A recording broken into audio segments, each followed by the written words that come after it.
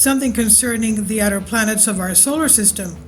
Pluto and Neptune actually swap places every 248 years.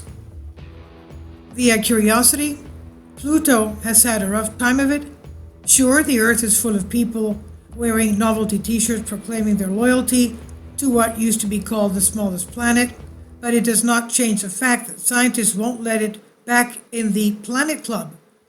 At least it got a couple of years of being the farthest planet from the sun before having its status ripped away, except if you were alive between 1979 and 1999, when the farthest planet in the solar system was Neptune for a few years of your life.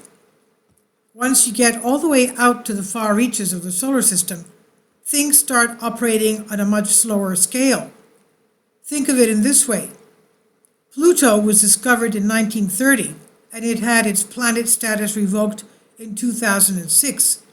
In the 76 years between those two dates, it had only covered about 3/10 of its orbit around the sun. It won't be until the year 2178 that it will complete its first full year, quote unquote, since its discovery. Who knows what we'll be counting as a planet then? Now, because of the orbit of Pluto is 248 Earth years, that's exactly how often we get to spot another quirk of the black sheep astral body. Every so often, Pluto's elliptical orbit brings it closer to the sun than its nearest neighbor, Neptune. It's all about the perihelions. Kindly support my Patreon account. The daily posts are 5 videos daily, and they are totally different from what I have on my YouTube channel. Thank you so much for your support and that you find all my content so interesting. You'll find the Patreon account details in the description box.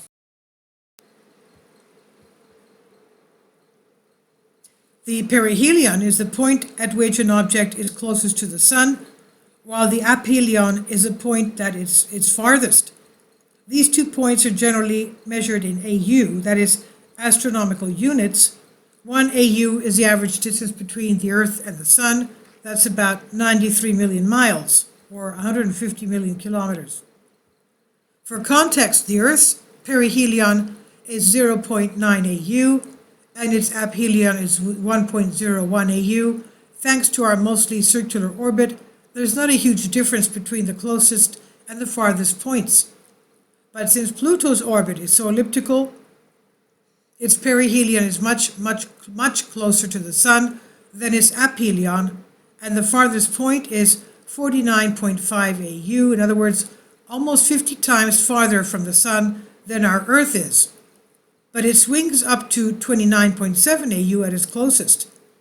By contrast, Neptune's orbit is almost as circular as Earth's, ranging from 30.4 AU to 29.8 AU.